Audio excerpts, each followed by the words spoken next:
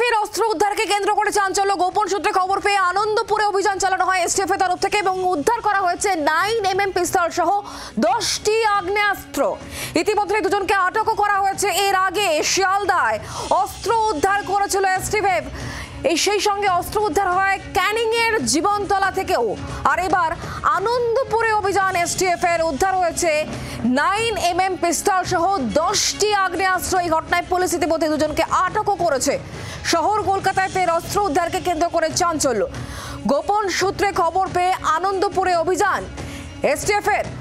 আমরা কথা বলবো আনন্দপুরের দিকে, সরাসরি নজর রাখতে হচ্ছে। বিক্রম দাস এই মুহূর্তে আমাদের সঙ্গে রয়েছেন প্রতিনিধি। সরাসরি বিক্রম, একটু জানার চেষ্টা করবো, এর আগেও একাধিক বা শহর কলকাতা শিয়ালদার মতো জায়গা থেকে অস্ত্র উদ্ধার হয়েছে, আর এবার আবারও অস্ত্র উদ্ধার, কিভাবে খবর পাওয়া গেল এবং এই অস্ত্র কোথা থেকে কোথায় যাচ্ছিল, কি খবর?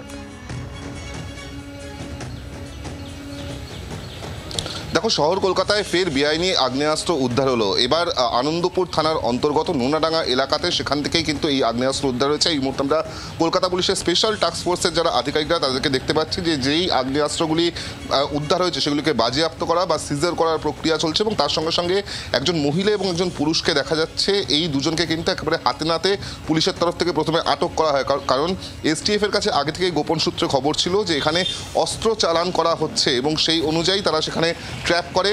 যেই মুহূর্তে এই মহিলা এবং এই পুরুষ, যারা কিনা হুগলির বাসিন্দা বলে প্রাথমিকভাবে খবর, তারা এখানে এসে পৌঁছায়, তখনই কিন্তু পুলিশের তরফ থেকে তাদেরকে ইন্টারসেপ্ট করা হয় এবং তাদের কাছ থেকেই মূলত এই আগ্নেয়াস্ত্র, বেআইনি আগ্নেয়াস্ত্র, যেগুলি সব ইম্প্রোভাইজড আর্মস এমনটাই জানা যাচ্ছে, সেগুলি উদ্ধার বা বাজেয়াপ্ত করা হয়েছে। আপাততভাবে এই দুজনকে গ্রেফতার করা হয়েছে এবং তার সঙ্গে সঙ্গে দুজনকে জিজ্ঞাসাবাদ করে পুলিশের তরফ থেকে জানতে চাওয়া হচ্ছে যে কোথা থেকে এই আগ্নেয়াস্ত্রগুলোকে নিয়ে আসা হয়েছিল এবং সবথেকে বড় কথা, কোথায় এগুলিকে ডেলিভার করা হচ্ছিল বা পৌঁছে দেওয়া হচ্ছিল, সেই বিষয়টা কিন্তু জানার চেষ্টা করা হচ্ছে। এর আগেও আমরা দেখেছিলাম যে শিয়ালদার বৈঠকখানা বাজার থেকে শুরু করে একাধিক জায়গায় এভাবে বেআইনি আগ্নেয়াস্ত্র উদ্ধার হতে, এবং তারপর থেকেই কলকাতা পুলিশের স্পেশাল টাস্ক ফোর্সের তরফ থেকে এই ধরনের বিভিন্ন অভিযান চালানো হচ্ছে যেখানে বেআইনি আগ্নেয়াস্ত্রের কারবার করা হচ্ছে।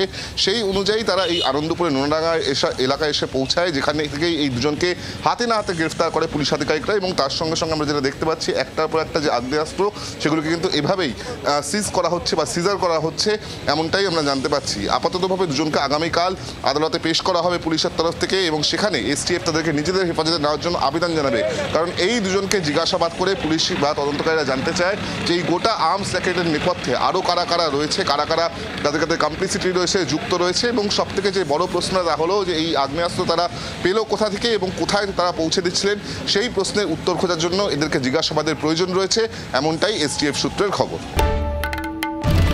বাংলার আওয়াজ, বাঙালির আবেগ, জি 24 ঘন্টা।